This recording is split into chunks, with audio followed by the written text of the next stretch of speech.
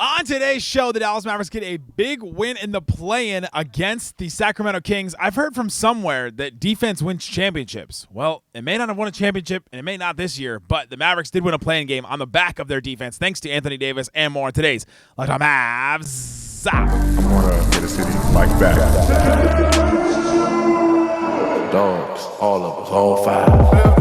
You are Locked On Mavs, Great, Wesley. your daily Dallas Mavericks podcast. No one's dying. Part of the Locked On Podcast Network. Still can't leave me alone. Your team every day. Gotta be born with it, dogged up. Hey.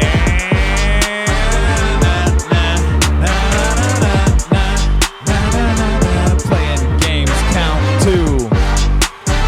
Let it ride. Let it ride.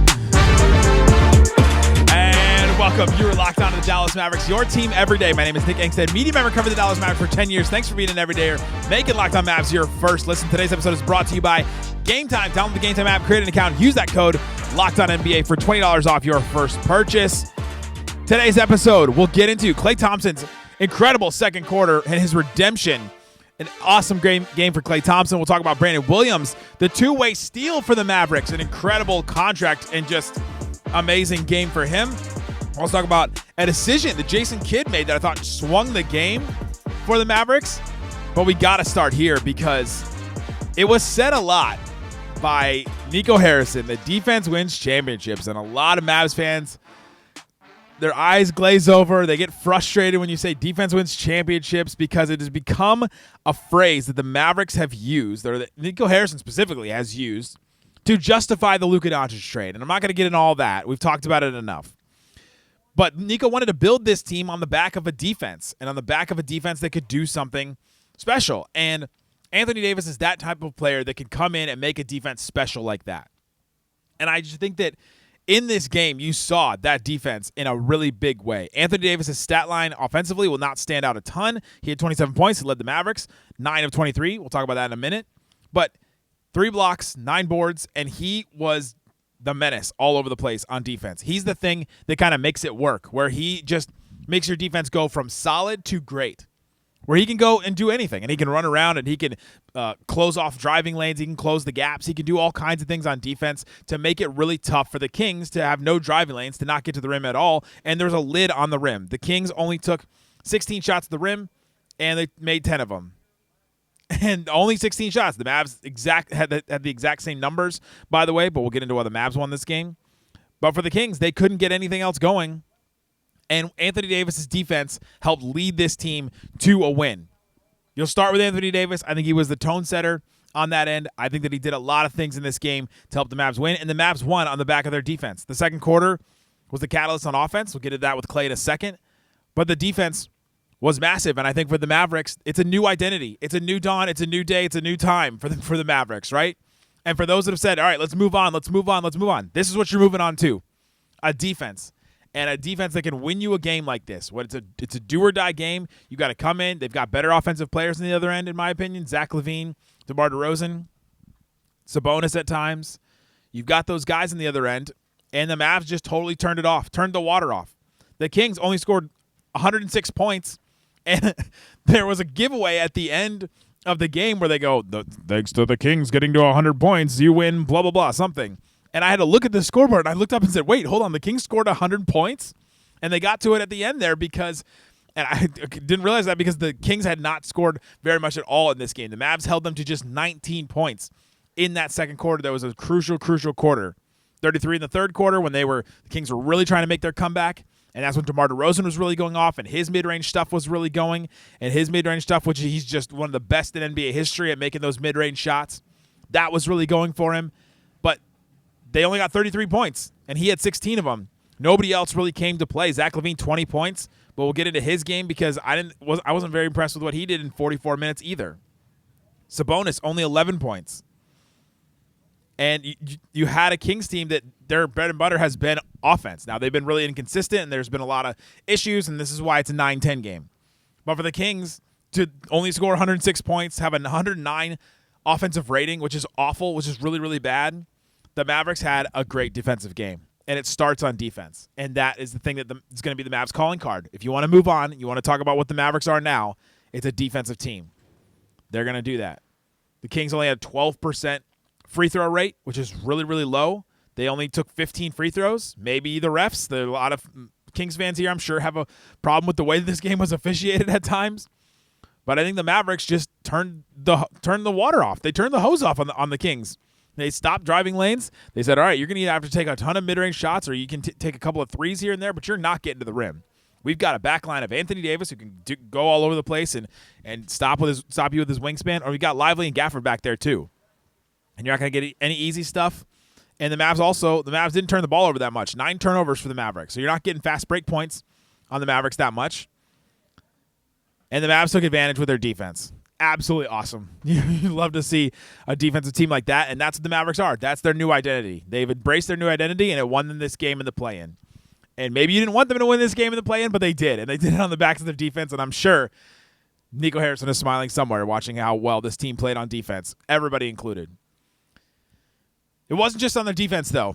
Their offense in the second quarter, 44 points. When's the last time this Mavericks team scored 44 points in a quarter?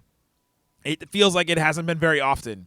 But Klay Thompson was absolutely awesome in that quarter. That second quarter, he came out firing, and it was absolutely awesome to see Klay Thompson just go off.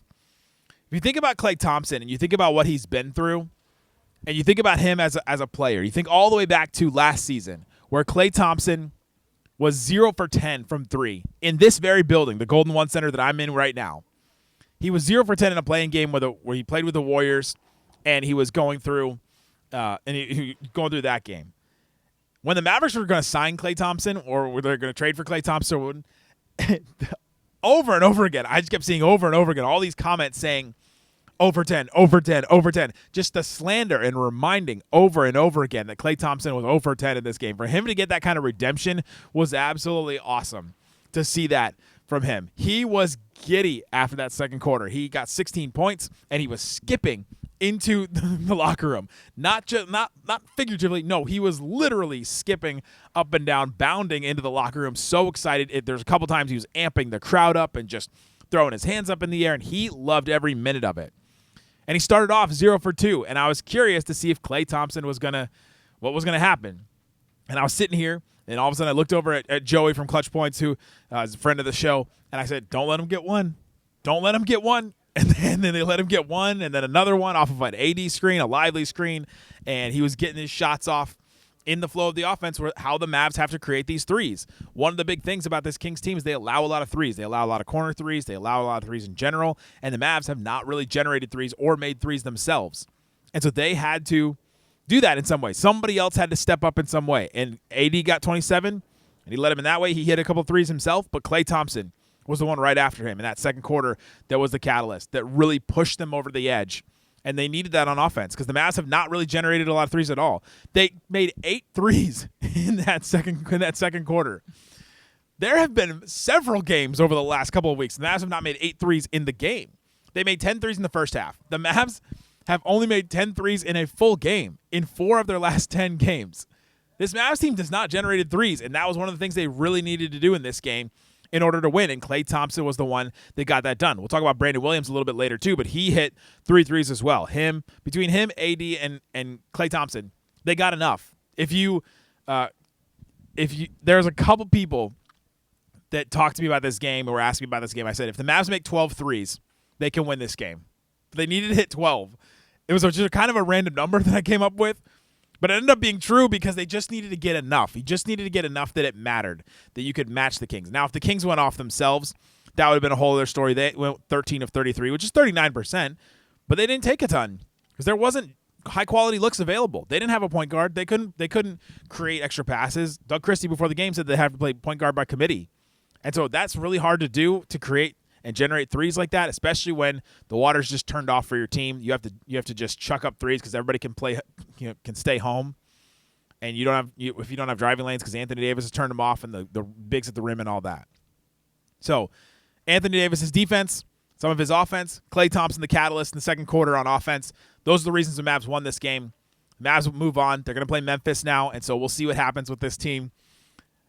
They keep moving on. So if you're a Mavs fan or if you're somebody that's like, all right, I'm just going to keep watching this team and see what happens. One more. They stay alive. The Mavs stay alive.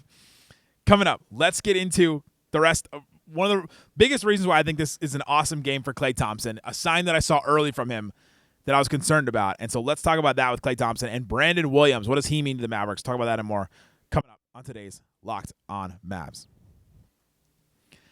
Today's episode of Locked On Mavs brought to you by Skims. Skims is awesome. I love Skims. I have a pair of Skims on right now. It's Skims underwear for men. They have made underwear for women for a long time, and I was curious when they were like, hey, we're going to make underwear for men. I'm like, all right, let me check it out. Let me see what it's about. I've always had issues with the underwear, their fit, the comfort, trying to find out exactly what's right for you, holding their shape, that kind of thing. You ever had the underwear where the band rolls? You're like, man, I can't really feel comfortable in this. And if you can't feel comfortable in your underwear, then that's like the base. If you can't feel comfortable in the base of what you're wearing, then everything else isn't going to feel comfortable either. Skims feels comfortable. I had to try it out. They sent me a pair, and I bought more for myself because I just love the way they fit.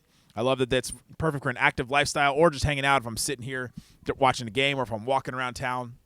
I don't even know that I'm wearing them, which is exactly what you want. Shop Skims Men's at skims.com/LockedOnNBA and Skims stores, skims.com/LockedOnNBA, and let them know that we sent you. After you place your order, select podcast in the survey and select our show in the drop-down menu that follows, skims.com/LockedOnNBA. Also brought to you by Game Time. Download the Game Time app, create an account, use that code LockedOnNBA. A friend of mine wanted to come to this game and used Game Time to get a ticket, and so they went on. It was the cheapest one that we could find from all the other ticket apps. You know exactly what you're going to get because you see the view from your seat. You know exactly what you're going to pay because it has the all-in pricing. It means no surprise fees at checkout. You got to love that about Game Time. I've used Game Time for sporting events. I've also used it for concerts, comedy, theater, all kinds of stuff like that. Get your tickets. Take the guesswork out of buying tickets with Game Time. Download the Game Time app, create an account. Use the code LOCKEDONNBA, LOCKEDONNBA for $20 off your first purchase. Download Game Time today. Last-minute tickets, lowest prices, guaranteed. Thanks for hanging out with us on Locked On Mavs, being part of the show, part of the Raccoon Squad, listening every day. We appreciate each and every one of you for checking out the show. The Wi-Fi in Sacramento. Can I just, should I start my segment like this? The Wi-Fi in Sacramento did not allow Slightly to be on the show today. Technical difficulties messed up the first version of this show as well. So the audio version you'll listen to on the podcast is different than this one. So shout out to Sacramento. Here we are. All right. Klay Thompson. Before the game, I was watching warm-ups, and Klay Thompson is one of those players that gets frustrated with himself, and you see it. You see it on his face. He was warming up, and he did a little dribble move, turnaround jumper, missed the jump shot. And he doesn't miss a lot. Klay does not miss a lot of jumpers in warm-ups. That's not something he does. You see him hit so many shots. Some people are just amazed when they watch Klay Thompson warm up how little he misses. And he got frustrated with that shot. And so then I see him walk away, and he kind of walks towards me.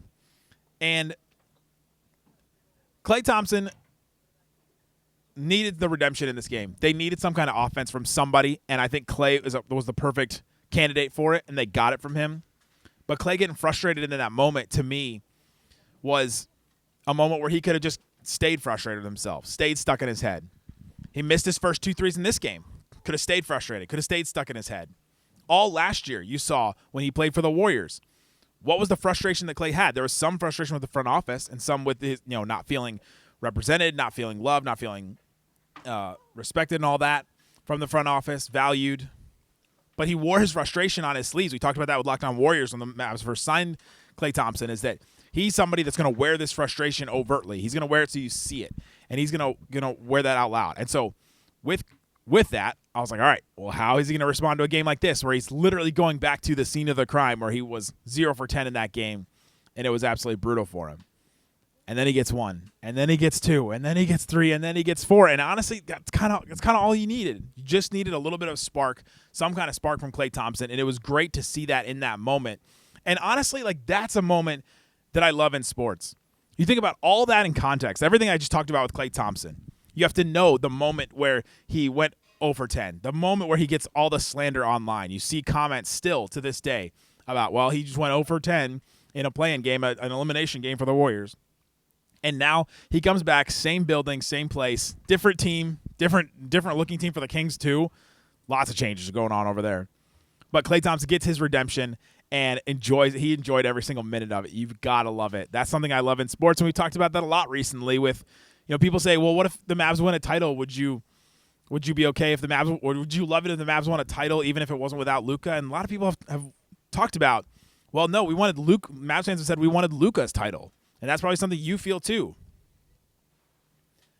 And so we come down. I'm not going over the Luka thing again, but it came down to the essence of like what is sports and what is awesome about sports. What do you love about sports? It's not just titles. It's not just the mountaintop. It can't always just be the mountaintop, because then why would there be any Hornets fans, or honestly like Kings fans in some way? And these moments where you have Klay Thompson getting that redemption, having that moment, being a catalyst for this team is one of the things that's just awesome about sports. I love it. Love that. I love that. Just the whole landscape of it. Brandon Williams was the other catalyst on offense, I thought. Kid decided not to play Spencer Dinwiddie. He played Brandon Williams and Dante Exum. I'll talk about that decision a little later here. But Brandon Williams, 17 points, 5 assists, 0 turnovers. He outplayed Zach LaVine in this game. Zach LaVine played 44 minutes, 20 points, got a couple of them late when it didn't matter. 9 assists, which is great, but 5 turnovers for Zach LaVine. Brandon Williams, the two-way guy who started as a two-way guy and was signed for like $47,000 or something to end the season for the Mavericks, was questionable to start this game, was a game-time decision at the beginning of this game. He was absolutely awesome. Played almost a flawless game. And they just needed that little extra ball movement. They need that little extra north-south driving. They need a little extra finishing, a little extra shooting, somebody else that could bring some more stuff to the table. And shout out to Brandon Williams for playing more than anybody. In the first half, he played more than anybody except for Anthony Davis, Klay Thompson, Najee Marshall, and P.J. Washington. And then it was Brandon Williams who played the most in the first half, and he played less in the second, probably because of the injury, and they didn't really need him, and they're up. But he played such a big part in why the Mavs got this win. In the first quarter, the Mavs were kind of playing even. They were up 15-7, and then on a 9-0 run, and then all of a sudden the Kings came back. Kings took the lead, but Brandon Williams hit a 3 late when we got checked in with a minute left. That kind of kept him connected. It tied the game. Beginning of the second quarter, Klay Thompson threw it to Lively. Lively in the short roll kicked it out to Brandon Williams, who got a 3 there, and then another one where Lively was in the short roll, kicked it over to Najee Marshall, who swung it over to Brandon Williams. He got another 3. There's 3 threes in the course of like 3 or 4 minutes of game time. And it kept them connected and gave the Mavericks a little bit of a lead there. It was about a 7-point lead again. And then Klay Thompson took over, and the Mavs kind of never looked back. But it was that little moment of Brandon Williams keeping them connected with those buckets. The Mavs were going to have to generate threes. I talked about that earlier, where the Mavs were going to have to generate threes against this Kings team, and they needed to in some way. And Brandon Williams helped them start that. He kind of kicked that off. He had those threes that kept him connected. Klay Thompson took over after that. Awesome. Brandon Williams, so great. And shout out to Brandon Williams for just – I was not sure Brandon Williams was an NBA player last season. We didn't see a lot of him, obviously. Mavs go to the finals. But as a two-way player, he came in a couple times, and he's one of those players that's a little undersized as a guard. And he's a player that has, obviously, NBA skills, but does not have that one trait that's just, oh, he's a knockdown shooter, Steph Curry, Seth Curry. Oh, he's an incredible – guy that can handle the ball like Kyrie. Oh, he's an incredible defender like a Marcus Smart as a guard. He's not that necessarily. He's not an incredible passer, a Josh Giddey or a Jason Williams. They were showing white chocolate footage earlier, and so I've got that on the brain. But he's a guy that has a lot of all the guard skills basically. And for a player like that to make it in the NBA, you've got to be able to be so good at all those different things that that raises your level to the point where you can be an NBA player. And I wasn't sure that he was going to get there because you have to raise your level on all those different things. And I think give credit to Kyrie because you see a lot of Kyrie's game in Brandon Williams and what he's been able to do. And I think that's something that's truly awesome to see a guy go from a two-way player to making a difference in this play-in game, making a difference in a do-or-die game on the road when he was questionable and when he was a game-time decision because of that oblique injury he got in the last game of the season.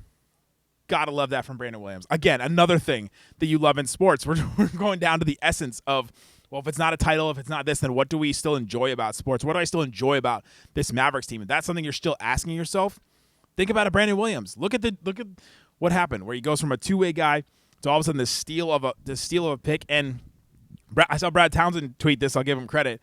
Brandon Williams may start at point guard for the Mavericks starting next season with Kyrie being out. I mean, I don't know. It could happen. He's really taken a step forward. He's become an NBA player. He got signed to that contract, which is awesome. And it was great to see him make a big mark in this game. 17 points. And outplayed Zach LaVine. 44 minutes for Zach. Played, got 20 points and just honestly didn't really stand out that much to me. And Brandon Williams, the two-way guy, making nothing to end this season. Got that contract for next year, but making not that much. And he takes over. Awesome. Love that. Brandon Williams, another catalyst for this game. He's a plus 24, by the way, in this game. So anytime he was in, basically, the Mavericks were winning because of how he was able to generate offense. The 5 assists mentioned as well, creating, and then got to the line 4 times too. So just all 3 levels, making things happen. Gotta love that from Brandon Williams. Gotta love that from the Mavericks, and just as a sports story in general. Coming up, Jason Kidd made the choice to play Brandon Williams over Spencer Dinwiddie. Why did he make that? And the bigs deserve a lot of credit for a game like this and the Mavs' new identity. We'll talk about that and more coming up. Locked On Mavs. Today's episode of Locked On Mavs brought to you by Amazon Fire Stick TV. Amazon Fire is also an Xbox. Did you know that? You can play and turn your gaming and entertainment hub with Fire TV Stick 4K devices. It feels like you can put those words in any order and they'll still be a thing. Fire TV Stick 4K devices. No console required. Just grab your paired controllers, subscribe, or sign into Xbox Game Ultimate Pass with EA included, EA Sports College Football, or Black Ops, Call of Duty, all that stuff you can play on it. So go check it out. You can take that on the go, so it's more convenient and all that. So if you're a casual person, you can also just, if you're a casual gamer or you don't really game at all, you can still use your Amazon Stick to stream all the latest stuff from all the different platforms. I have an Amazon Stick. I love it. I use it all the time. If you're a hardcore gamer, you can share your experience on how Fire Stick has helped you. Head to Amazon.com/FireTV Locked On to get started. Xbox Game Pass Ultimate subscription and compatible controller required. Available on select devices, including Fire Stick TV 4K 2nd Gen, Fire TV Stick 4K Max 1st and 2nd Gen, and Fire TV Cube 3rd Gen. Go check it out. It's Amazon.com/FireTV Locked On.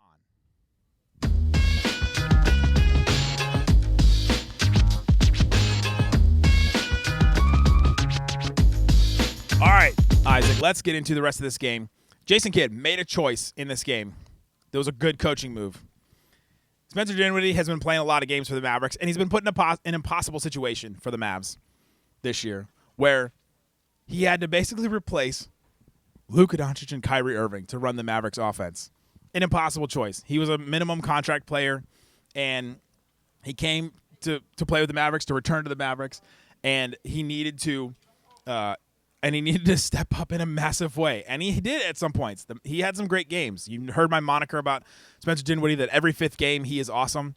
And then the rest of the games you're not sure what you're going to get. And so I thought that potentially Jason Kidd could look at this game and say, let's just hope we get that 5th game. Let's just roll the balls out on the roulette table and hope that it lands on Spencer Dinwiddie 5th game. And you could hope that for him, but he went the opposite way, the exact opposite. He decides, I'm not going to play him at all. First quarter goes by, second quarter goes by, the whole first half, I go, man, we didn't get Dinwiddie one time in that game. And he decided to go with Brandon Williams, who I already sang his praises. Awesome. The shooting, the decision-making, the scoring, the driving north and south, awesome. He didn't hesitate. And Dante Exum came out and had an impact on this game too. 11 points, 6 assists, played just under 19 minutes, hit a 3 as well, went to the free throw line. 1 turnover. Dinwiddie doesn't turn the ball over that much, but Brandon Williams and Exum and the Mavericks as a whole not turning the ball over, while the Kings did what they did, and we'll talk about that. 9 turnovers for the Mavericks. That was huge. That the Mavs could control the offense and they could not turn the ball over. And the decision that Jason Kidd made to not play Spencer Dinwiddie, even though he started a bunch of games, even though Dinwiddie could come up and say, what about me? I'm the vet on this team. I've been to the Western Conference Finals with this team, and I should play over this young guy, Brandon Williams, who just came in and is making, I don't know, way less money than I made in my career. He could have said that. But instead, Kidd stands on it, makes the right choice, doesn't play Dinwiddie, and I thought that was wild. A wild choice, but he made the right one. And a correct choice, because you've seen, you've probably been frustrated with Spencer Dinwiddie pounding the air out of the ball until the last second and then just throwing up a shot, or just throwing up a shot at the beginning of a shot clock And they didn't need that. They needed more flow in the offense. They need more better passing, and that's what Exum brings. They needed more speed in the game, and that's what Brandon Williams brings. And so Jason Kidd pulled the right lever on that one, made the right choice. Lively and Gafford. This game made me realize that we can go back to finally, and maybe it's just because they're healthy at the same time, but we can finally go back to the combined stat line when we look at these two guys. If you're center playing like 35 minutes, gave you 14 points, 5 rebounds, 5 assists, 2 steals, 3 blocks, and some really great defense. If your starting center gave you that in the NBA, that's not like an all-star, an all-NBA player, then you're happy with that. That's awesome. They gave you so much. And if Anthony Davis is the guy that makes the defense as dangerous as it is, Lively and Gafford are the guys that are going to fuel this defense and that are going to make it so that it's sustainable, basically, because you've got that back. You've got that guy behind you that can clean up some stuff, that can come over and help, that can grab the rebound, the defensive rebound to finish a play. And that was awesome. They should have gotten more than 3 blocks probably, but they were huge, and I think them fueling this defense is something that's going to be awesome too to watch. Between AD, Lively, and Gafford, you just have a 7-footer that can defend and rebound at all times. And sometimes 2 of them, a lot of times 2 of them you're going to have. So Mavericks fans, we went from not having a center for a long time to having, just Dwight Powell at the center or Maxey playing a small ball center and trying to deal with that, to now having 2 of them on the court at all times, which is just a wild thing to think about. Lively also, the 5 assists, he finished with 4 assists in the short roll. Huge, huge. Even without the pick and roll game that the Mavs are not going to have as effectively as they used to, you still need to have Lively to make those decisions, and they still need to utilize him in that way to be able to get him in the short roll, kick out. It's not going to be as dangerous as it used to be, right? But it's still going to be effective, and to see him do that again was awesome. That's one of the reasons why the Mavs miss him. And there was 2 possessions in this game where Lively and Gafford both stood up DeRozan. He couldn't get a shot off against them in those possessions, and that's one of the reasons why Lively is a great player, could play in the finals last year, and that's one of the things that Gafford really needs to work on, is to defend against perimeter players like that. And so it was great to see that as well from him. Man, so many good things in this game. I feel like I'm leaving out some guys. Jason Kidd started Najee Marshall. I was wrong about a lot of things about this game. I was wrong. I thought the Mavericks wouldn't look ready. We saw a Mavericks team do something that I didn't expect and making a bunch of threes. Their defense looked way better than we've seen in the past. But one of the things I was right about is that Kidd decided not to go with the starting guard, and he went with Najee Marshall. And Najee Marshall hit a couple of floaters, hit a 3 early that was massive, and played a decent game. He was dealing with something with his shoulder at some point, and he left the game, but then he came back, and so I don't think it was anything serious. But I was like, oh, my gosh, here we go. Another player leaving the game with an injury. P.J. Washington, 17 points, 9 boards, 4 assists, 2 steals. He only hit 1 out of his 6 threes, but went to the free throw line 6 times. He is just the glue. He just holds all this stuff together, makes it happen, adds more size to that front line. The reason why the centers didn't have more rebounds is because P.J. Washington grabbed some of those, and so that was big too. Yeah, just so many good things. So now the Mavs move on to Memphis. We'll have the Locked On Grizzlies guys on later, so subscribe and when watch that. We'll have those guys to talk about that game. Isaac and I will do some more episodes as well. Guys, thanks so much for hanging out with me on Locked On Mavs. Subscribe, Locked On Mavs newsletter, LockedOnDaily.com. Go get that as well. Guys, thanks so much for listening to Locked On Mavs.